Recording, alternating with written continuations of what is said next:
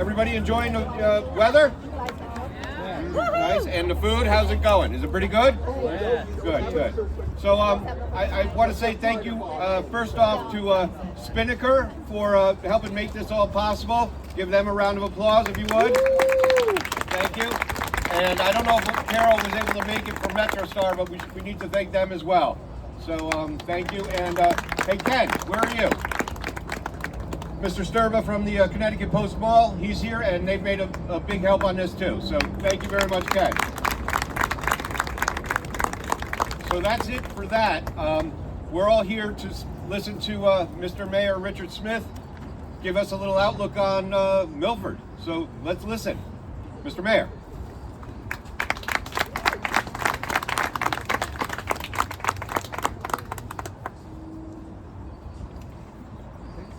It's tough to think you came here to listen to me because I don't really have anything to say. I woke up this morning thinking maybe I should, a lot of times I just wing it, but the fact that you paid the price to be here, I thought I should sit down and try to write something. And as I was just telling Julie, I was just telling Simon his mic stand isn't very functional, but I just start writing and see what emerges. Not big on dry numbers, so the chamber that comes for percentage of new home starts year over year, I'm not going to be talking to that, okay? First of all, thanks for inviting me. And I'm the first new face you've seen in 11 years, following my predecessor, Ben Blake, who went on to become an administrative law judge, and he had hoped that I would step into his place to complete his term. So with a vote of the Board of Aldermen, I was elected to indeed complete Ben's term. Big shoes to fill. So, but let me tell you something about me, since you've known Ben for 11 years and many of you don't know me at all. I was actually born in the Bronx, but my family moved here when I was 2, so I grew up here. If I grew up at all, I grew up here. But in fact, my family was vacationing here since the 20s and 30s for summers. The New York families used to come up, the moms and the kids would stay, the fathers would go home during the week and then come back on the weekends, and they would all drink, and then the mothers would stay with the kids and the husbands would go back, and my family was no exception. So we go back at least that far. So I grew up in Laurel Beach, the west side of town. And as some of you may know, we have what we call the casino. It's our clubhouse. It has a ballroom, it has duck-pin bowling alleys, and a wraparound porch, and what we call the canteen, where we would buy frozen Charleston chews, and smash them on the counter. These great memories I have of my childhood there in Laurel Beach, which, by the way, the casino only opens in the summer. But talking about my family's history in Milford, dating back to the 30s, in the casino with these duck-pin bowling alleys, we have graffiti down at the end of the alleys. And my aunt's name is scribbled on the back of one of the bowling alleys. Betty Coggins, September 1st, 1939. Little did my Aunt Betty realize that at that moment, as she was defacing association property, that a few thousand miles away, the world was about to change forever. Because that's the same day, as some of you may recognize that date, that Hitler was invading Poland in the official start of World War II. And yet, she lived in the sheltered and idyllic world of Laurel Beach, and more broadly, of Milford. Milford is and continues to be this oasis, a place where memories are made and held on to. Milford is more than a place or a city, it's a destination. In the corporate world, I've worked with people all over the country. You know, if I grew up in Kansas, I'd want to move, and everybody wants to move away from their hometown. And that's kind of the script of 20-somethings, right? We want to move on. But when you grow up in Milford, it's confusing because where are you going to go that's better than Milford? So many great memories of my childhood here in Milford. Coming down to Flad's music store downtown, some of you may remember, or the Capitol Theater, or visiting the outdoor mall, Kresge's and Alexander's, where I actually worked for a time. In high school, I worked at Alexander's. My mom taught school right a few blocks from here at Lenox Avenue. My dad was a photo engraver.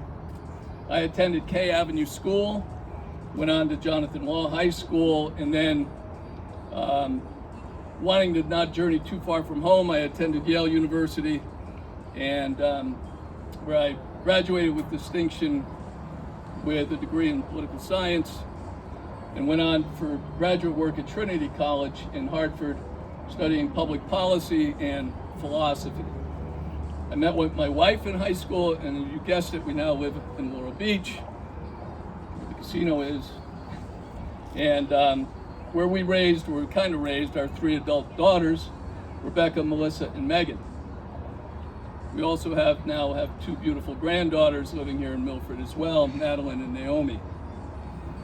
My career then took me not into political science or not into policy making, but into technology, oddly enough. Way back as a programmer, back when we used to punch computer programs on Hollerith cards. And if you dropped them, you were in trouble. You know, to get 32K on a mainframe was a big request. Over my career, I taught programming and system design and project management. I worked for Dun & Bradstreet, for the Hartford, for Connecticut Mutual, for Mass Mutual, for Pepsi-Cola, AT&T. My private sector career provided me what I consider immeasurable lessons and experience in executive leadership and management. Managing large and diverse organizations and projects over my career. Now in this role as mayor, I realize that my private sector career prepared me for this role as mayor. My goal is, in this role, simply leave the office a little better than I found it. Not overly ambitious. That's all. This, by the way, is also my worldview. Leave the world a little better than I found it every day. And ladies and gentlemen, if I may, I believe I will leave City Hall when my term is up a little better than I found it. So let me begin by saying that in my long career in executive positions within some of our largest corporations in the nation, I have never met a more thoughtful, committed, and capable group of leaders than I have here in Milford. Our department heads within the city, to a person, are as good as it gets.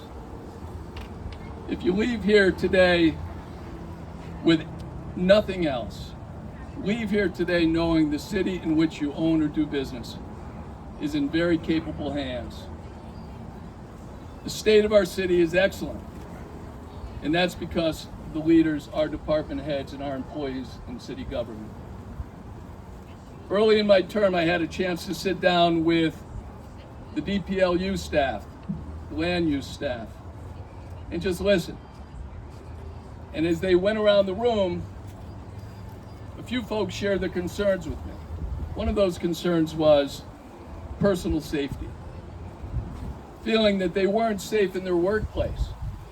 The nature of our work in the public sector is that we're open to the public, which leaves us vulnerable. The Parsons building in particular, but the library and other facilities as well. Nonetheless, the comment stuck with me, and I thought it's not good to hear that people feel unsafe in their workplace. In the weeks to follow, I pulled together a team of folks, Tony Weeks from our legal department, Chris Ailey, Public Works, Karen Fortunati, our city clerk, Tanya Barnes, our HR director, Adam Heller, our IT director, and Justin Rosen, chief of staff. Together, we planned a citywide security conference where I actually closed down government for 90 minutes, shut it down, and invited employees to the conference.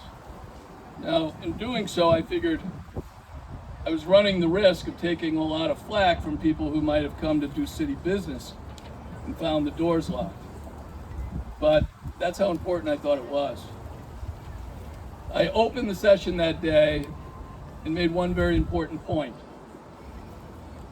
I said, just like when you're on a plane and they tell you put the oxygen on yourself first before you can help others, we in the city have to take care of each other before we can provide excellent services to our residents. We need to understand we're part of a team. We each have a role, but we're part of the same team. Our roles and responsibilities are different, but we need to take care of our employees, take care of our team. Decades had passed since we had had a fire drill in the city government. Presenters that day included Adam Heller from IT, who talked about fiber rollout and the ability to roll out new technology, security technology in the weeks and months and years ahead. Fire's Assistant Chief Chris Wakes Norris, Deputy Fire Marshal Tim Suden, and Battalion Chief Adam Hansen, all from the fire department, spoke about emergency medical conditions and fire extinguishers and CPR. Brian Rogie, the Deputy Chief of Police, talked about active shooter drills. And after that session, each of the people from fire and police have reached out to our departments to schedule department level training on all of these aspects of safety.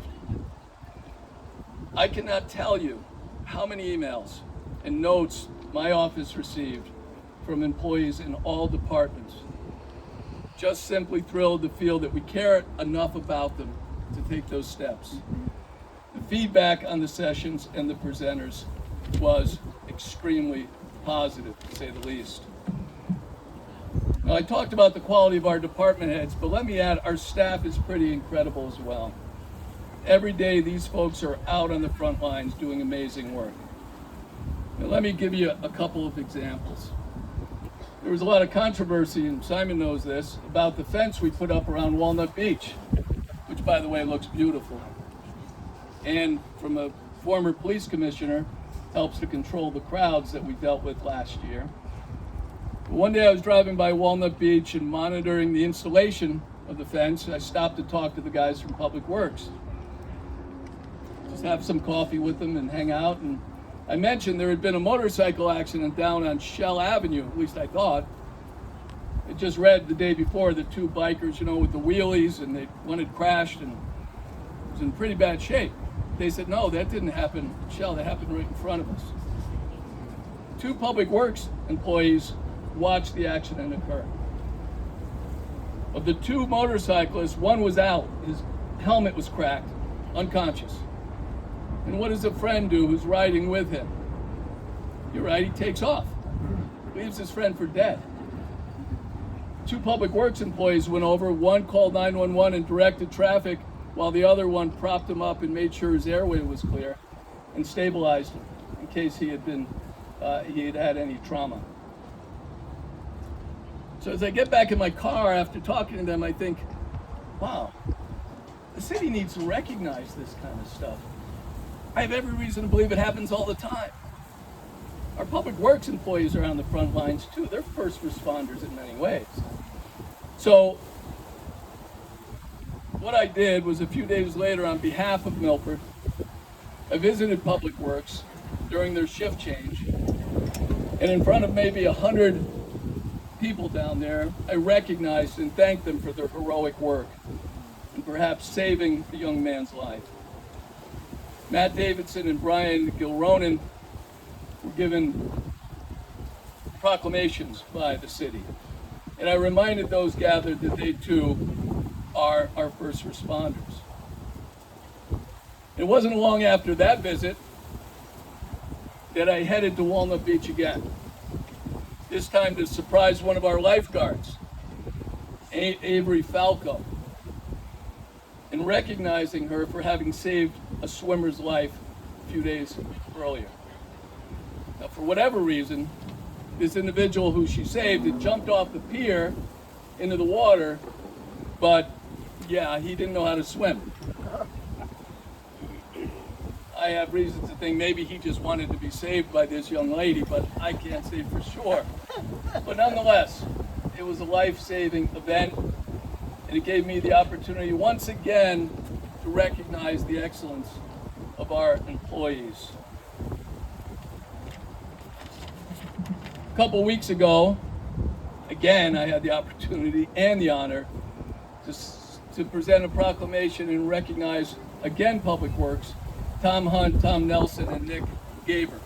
At the Oyster Festival, a young woman was getting out of her car and forgot to put it in park. And the car started to roll backwards, and I think she fell under it. Could have been run over, could have been a lot of damage. These three city employees thought fast. They like to credit our security conference, but I don't think we talked about how to stop moving cars at that conference. One held the back of the car to keep it from rolling. Another held the door open to help resist the roll, while another jumped in and put the car in park and probably saved some damage to the woman and maybe even her life.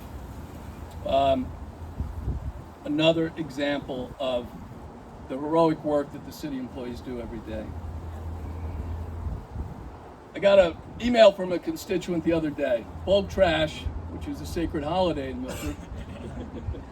My wife always says, it's bulk trash, what are we gonna throw out? I swear to God, we have an old rug out there, and I go out and she has a telephone on top of the rug. I said, Michelle, that's not bulk trash. You can put that in the garbage. It looks pathetic. People are gonna laugh at us. We have this little telephone. So I threw it in the garbage. The next day she had a little space heater out there, but I'll let that go for now. But I got an email from a woman who said she had left a pool, a little kiddie pool by the curb, so that dogs being walked on her street could put their paws in on hot days. Well, it's not hard to understand why the bulk trash guys would have thought it was out for bulk trash. So they picked it up, put it in the truck and crushed it, just as she came out to say, no, don't take it.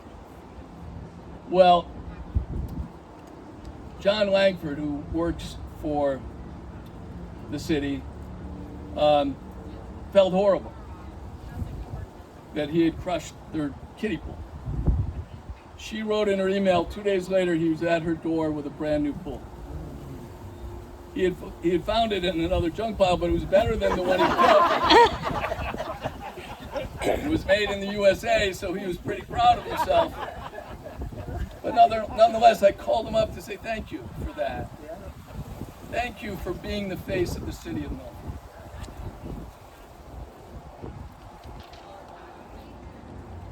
Goes on every day, not just in public works or PD or fire, but in health and human services, the Milford Library, our parks, beach, and rec, the city clerk's office, economic development, in our schools, and in every department in our city, every day.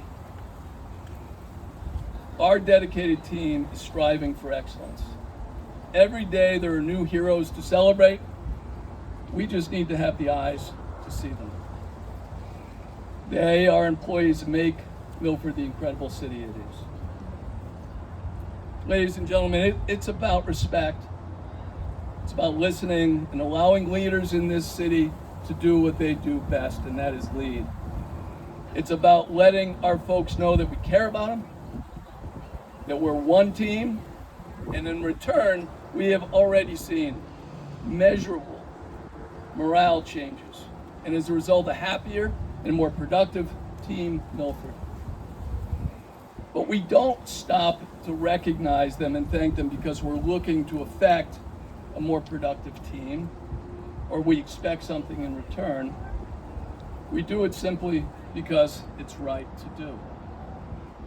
To unleash the people who have the skills and the knowledge, the commitment and ability to do what they do best. One of the first things I did when I took over back in the spring, somebody asked me, a city employee who didn't live in Milford said, do we have access to the beaches?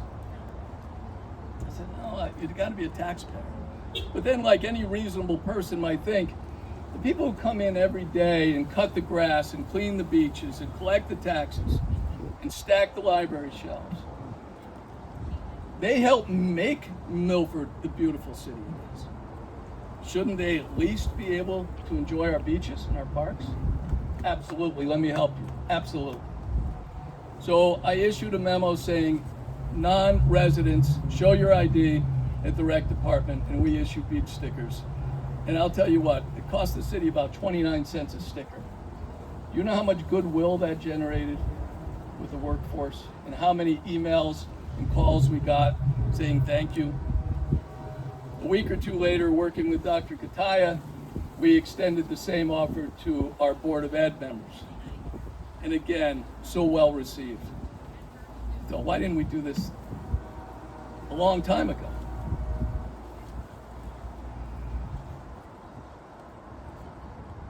We want to foster an atmosphere in the city, and I hope that in some ways I've engendered this, to encourage our folks to bring ideas forward.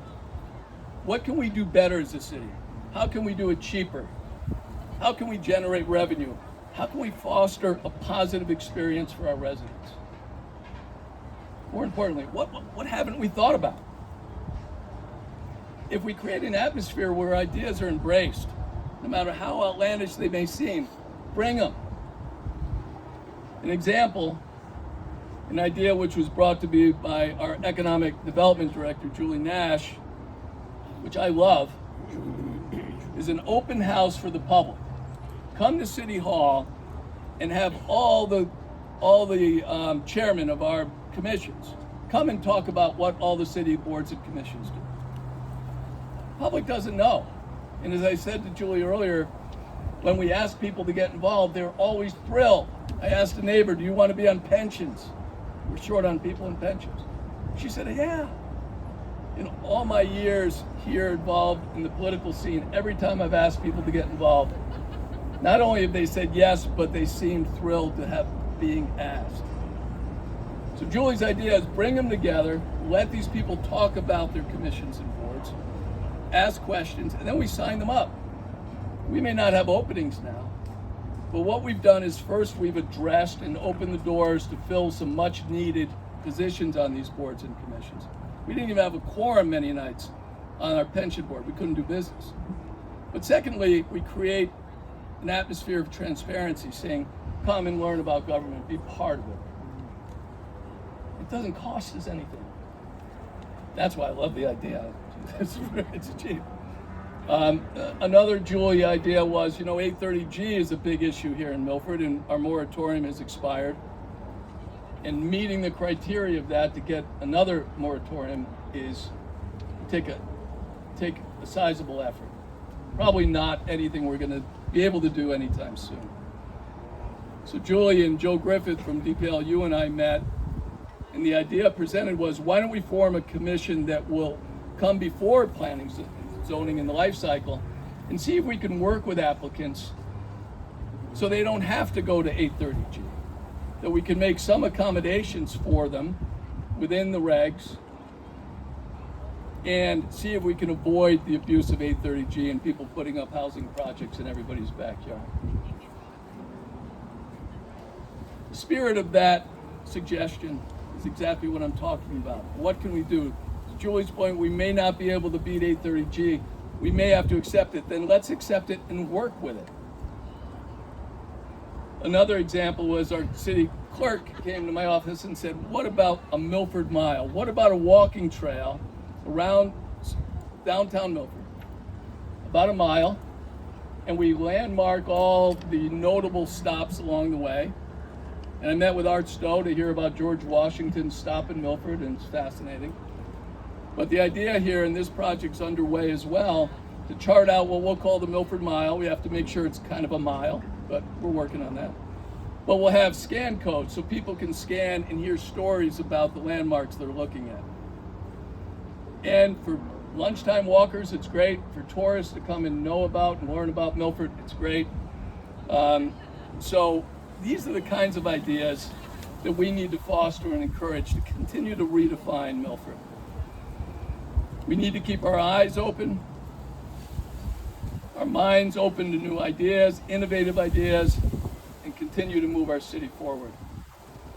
But we need to recognize and take on the challenges that await us, openly and directly.